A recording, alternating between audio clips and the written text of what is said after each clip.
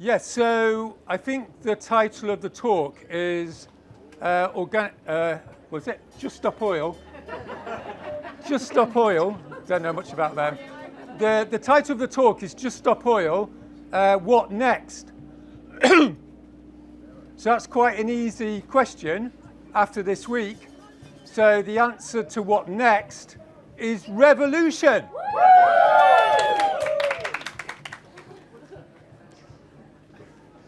Okay, so that's that. So I thought we'd talk about the situation for a bit, and then talk about resistance. I'm going to give a sort of general overview, and then I'm going to pass over to Indigo, who's going to talk about the plans for Just Stop Oil over the next few months. So, the situation. I'm sure we all know the situation, don't we? But I'm still going to talk about it. So last week, it was on the headlines. I think it was headline in The Guardian. The AMOC current is going to change around 2050, maybe 2025. Does anyone know about this? They said it's going to create climate chaos. So what it actually means is that at some point before 2050, the currents are going to change in the North Atlantic, and temperatures in Europe are going to collapse overnight between 3 and 8 degrees. 8 degrees centigrade overnight. So, as some of you may know, I used to be a farmer.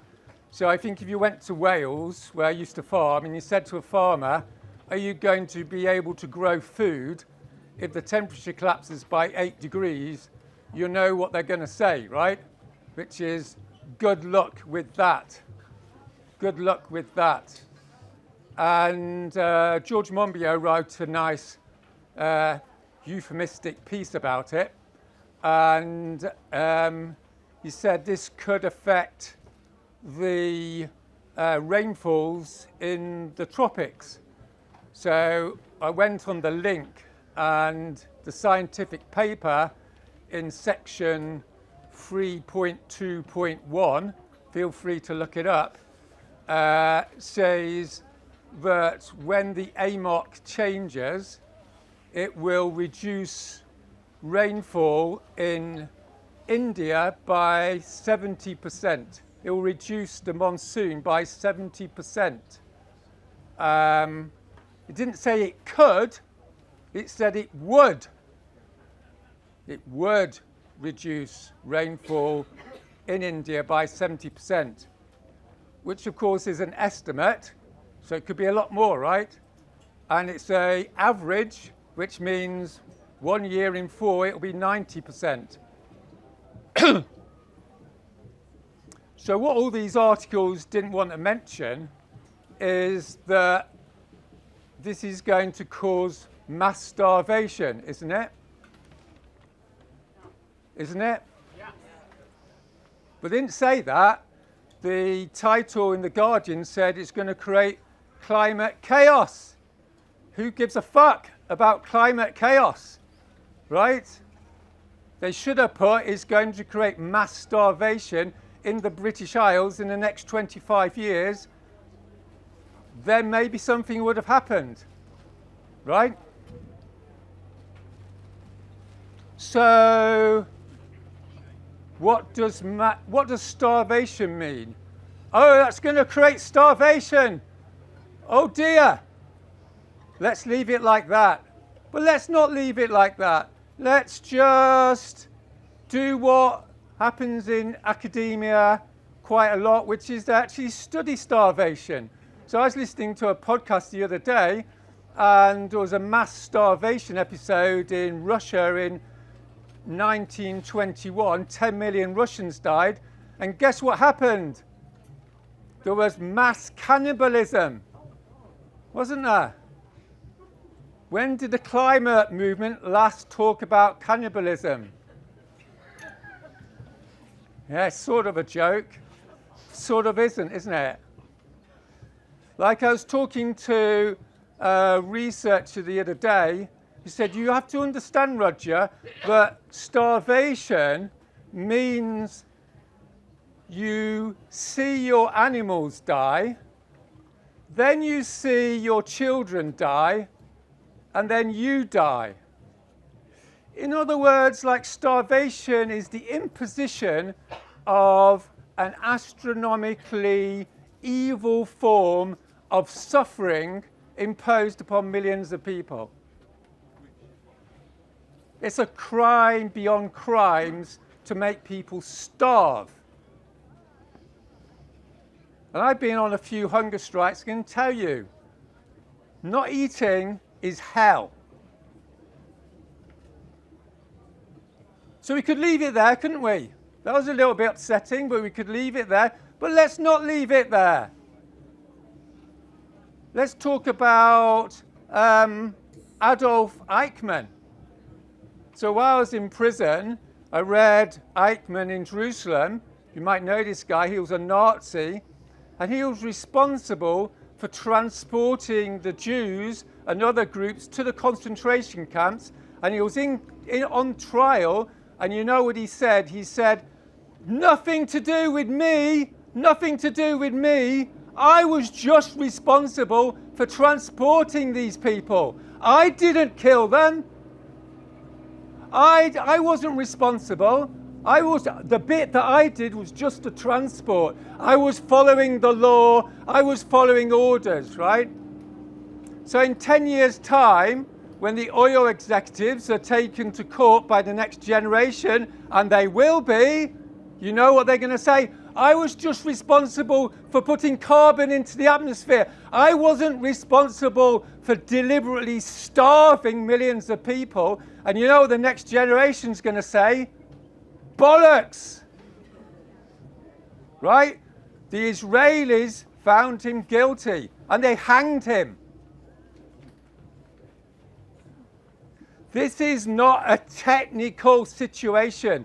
It is a project of mass death imposed upon hundreds of millions of people by the elites. That's what's going on. And if you know this is happening, you have no choice but to enter into resistance. You don't enter into resistance because of climate change. You enter into resistance because you know the elites that rule this country are imposing torture and death on tens of millions of people by digging up more oil in the North Sea. That changes everything, doesn't it? That changes everything. If it's just climate change, sign the petition, yeah? If your rulers are destroying the lives of millions of innocent people, you have to fucking rebel. Otherwise, what are you here for? What are you here for? What sort of person are you if you do not enter into resistance on the basis of the obscenity of what is happening now?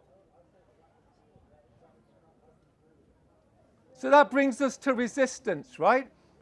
Let's look at resistance.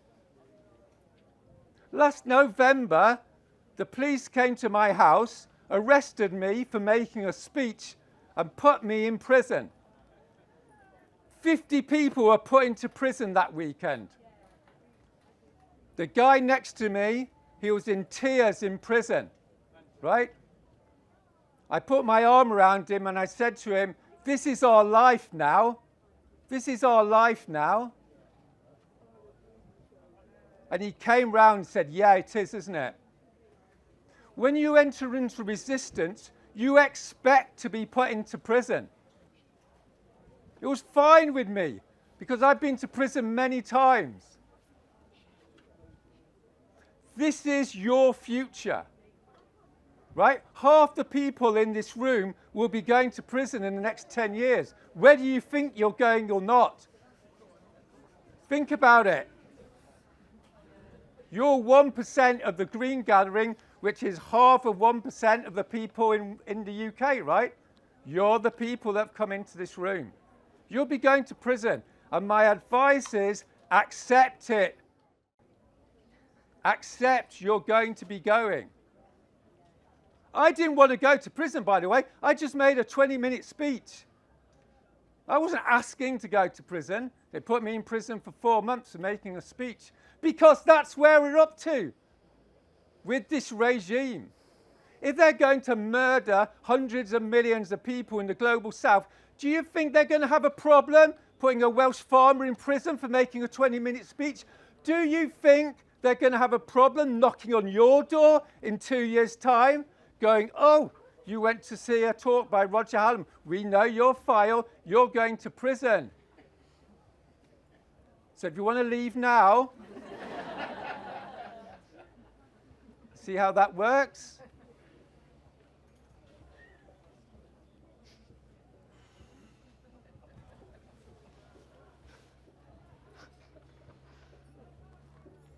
You see, the future is not going to be like the past. I spent a long time studying what resistance looks like. So I have the benefit of knowing the psychology of resistance. The psychology of resistance is to accept that what is happening to you has to happen for you to maintain your integrity. And a few years ago, I did a talk to some elite students in London, which was a complete waste of time, right? Because I told them about the psychology of resistance. I said, I'm going to give you 3 examples, right, of the psychology of where many of you are going to find yourselves in the next decade. First of all, in the independence struggle in Kenya, many of the rebels got tortured by the British, right? And there was a story of these guys, they were caught and they were going to be tortured, but they were calm because they knew the British were going to torture them, because they knew what the British were capable of doing. So they were calm because they expected it, right? They weren't resistant because they expected it to happen. Can you imagine that? And there was an anthropologist I read about who went to a tribe in Burma, and they were getting invaded by the Japanese, and they knew they had to go to war. And this tribe had a ceremony, and they put on their war costumes, they put on their paint and all the rest of it. There was no crying, there was no drama, because they knew this was what life demanded of them. This is what life means, that sometimes you have to put your life on the line. That's what life means. So they calmly went through the ceremony. And in the Second World War, there's this guy, I can't remember, he wrote this book called Life and Fate. And it was all about the Russians on the Eastern Front. And the tank drivers were going into battle, right? And they were all calm because they knew they were going to die. They'd accepted it. So they were calm. So what I'm trying to say to you all is there's another side to your fear. There's another side to all that drama in your head that this guy, Roger Hallam, is telling you you have to go into resistance, and you're scared and you're traumatized and all the rest of it. There's another side of calmness, right? If after this talk the police appear there and they take me to prison for 4 months, I'm calm. Because I expect it. Because we're dealing with a regime that is destroying the lives of millions of people now. This is nothing about the green movement, right? It's nothing about environmentalism. It's about fucking evil. That's what we're talking about. That's why Just Stop Oil is the #1 campaign in the UK, because it's full of people that have got it into their heads this is a totally fucked situation. And they're not going to stand for it.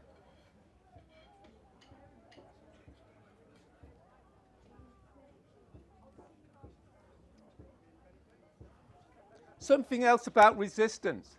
The most important thing we have to understand, right, is we have to act with integrity. This movement is full of people trying to work out how to be effective. That's not the issue.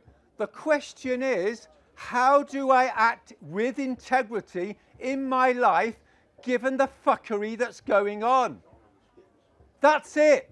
That's the number one question. And it's quite interesting that the new Statesman said that I'm the 34th, believe it or not, most influential progressive person in the UK. Well done, I know. All these people sent me emails saying, only number 34. It's really stressful.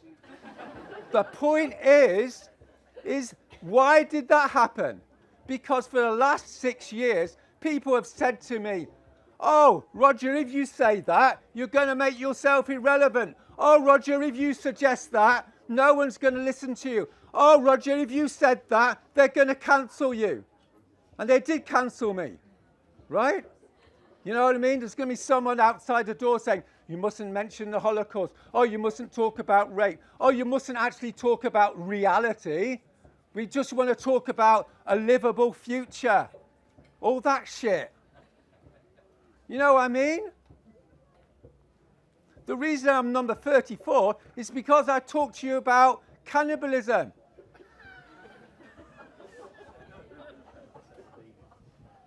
That wasn't supposed to be a joke.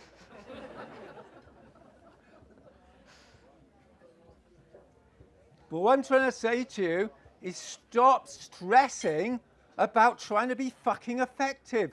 The most effective people are the people who don't give a shit about being effective. They're just going to go and fucking do it. Because it's wrong, isn't it? Right? And what I'm here to tell you, as an expert on effectiveness, strangely enough, is the more that you just go and fucking do it, the more effective you're going to be. Right? Relax.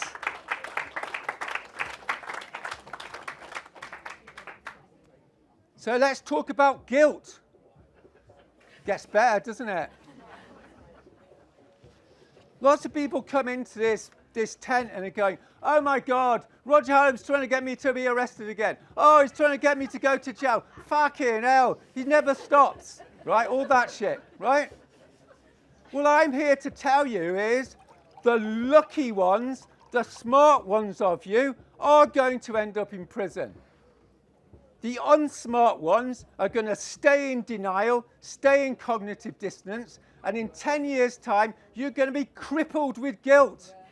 You're going to be crippled with guilt. And I'm saying that as a sociologist, right? I'm not trying to give you a hard time. Honestly, right? Think about that film, what's it called? Schindler's List. You've seen the film?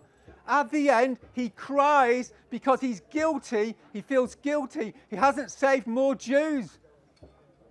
Right? It's human to feel guilty. When people go off to war and people get shot, they come back and they got post-traumatic stress because they lived and the others died, right? You know the routine, right? You've seen it in the movies. In 10 years' time, you'll be crying at night because you think, what the fuck was I doing in 2023? What the fuck was I doing? Right? There's hundreds of millions of people starving in India. The smart move is to enter into resistance now because at least you have done something. That's what counts. We don't know whether we're going to win. Who gives a fuck? Right? We're going to go into resistance because it's fucking the right thing to do. Isn't it? Who cares? Oh, getting quite enthusiastic, aren't I? I thought, oh, I'm just going to do a calm speech. I did, honestly. I thought I was going to be really cool and calm and, oh, yeah. Okay, I've got 3 more minutes.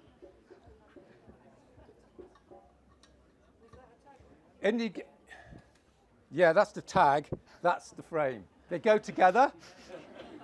Everyone knows what a These tag are is, the don't they? prison trousers. And the prison trousers, yeah. I'm trying to be sustainable.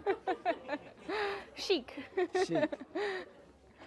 Okay, so what's going on in the last week? What's gone on in the last week is humiliation, isn't it? Humiliation. Everyone in this room is working their bollocks off to actually get the world into some sort of decent state. And Rushki, whatever he's called, Sumac, whatever he's called, I never remember these people's names. I'm no good on names. Anyway, that guy, right? He comes along and says, we're going to max out on oil, isn't he? He's not just saying, oh, we're going to do a little bit of oil, or, oh, we're going to do a bit of oil. He's saying, we're going to fucking max out on it. We're just going to have loads of it. We're just going to destroy everything. Why is he saying that? Why is he saying that? Why is he humiliating us? Again, the reason he can humiliate us is because we're not doing what is necessary to stop him. Easy peasy, right? Do you know what I mean? I mean, everyone's going, oh, isn't it lovely? Greenpeace have put a few bits of black cloth over his house. What the fuck? This is mass fucking murder, right? Greenpeace should be initiating mass civil disobedience, shouldn't they? With 12 million fucking pounds a year, right? XR should be having a national emergency meeting saying everyone in XR has to fucking enter into resistance because what's happening is totally fucking disgusting. That's why he can humiliate us, because we're all soft. Right? It's not rocket science, right? Look at some history, right?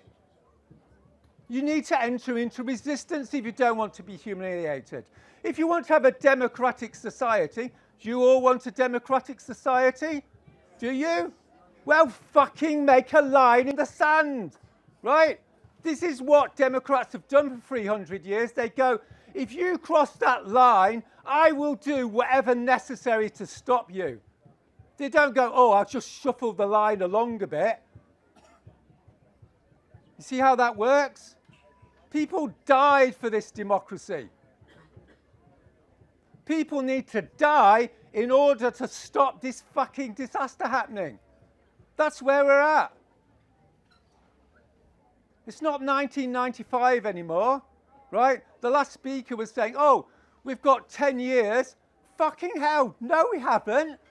We've got no years, okay? It's physics. It's locked in. Get a grip. Isn't it? See, he's laughing. Honestly, why isn't more people saying this? Some of you have to go off and say this shit, right? There's only about 2 or 3 people in the country saying this shit. Maybe just me. I don't understand why I come to festival after festival and everyone's fucking waffling. You have to do it. You have to get up in your groups and say, it's a fucking disaster. It's a fucking disaster. Honestly. Okay. Good news.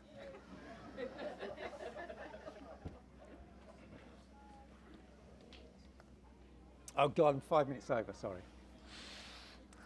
I'm just doing the theory bit, by the way. Indigo's going to bring you down to earth. Anyway, the good news is the regime is going to collapse. Okay? This regime is going to collapse. Whether we do anything or not. So that's all right, don't have to do anything. You see what I'm saying? So I'm doing a little project at the moment, one of my morbid projects, which is I go to academics and I say, if I put a gun against your head, that's a metaphor, by the way, okay, just in case the Daily Mail's here, right? I'm not literally going to put a gun against a person's head. I'm a Gandhi guy, remember, don't panic, right? Metaphorically, I'm going to put a gun against your head, and you've got to tell me how many 100 million climate refugees have to be before the world trading system collapses, which is a euphemism for no pensions. Okay? Just in case anyone's worried about their pension, it's gone, guys. Okay? Get a grip. Tell that to the lecturers, right? They should be out for climate, not their fucking pensions, right? Remember that one? Good. Anyway, so how many 100 million refugees do we need before we have the collapse of world capitalism, which apparently is a good idea according to the people that are destroying it, right? 200 million. That's my average at the moment. Like that means sort of 2030, maybe 2028. This global regime is committing suicide. It's destroying itself under its own criteria. You see what I'm saying? Well done with that. It's technology. I have to stop shouting. Anyway, so the key point here, right? The key point is, like, for 30 years we've been going like that, right? You know that feeling? Go up against the state, go up against the corporations, and you go, oh, that didn't work, right? At some point in the next 5 years, you're going to go, we're going to push through, and we're going to win. Great, we're going to win. The question is not whether we're going to win. We're definitely going to win. It's when. Correct. It's when. How many tipping points will have gone, right? So that means we have to be engaged in resistance now.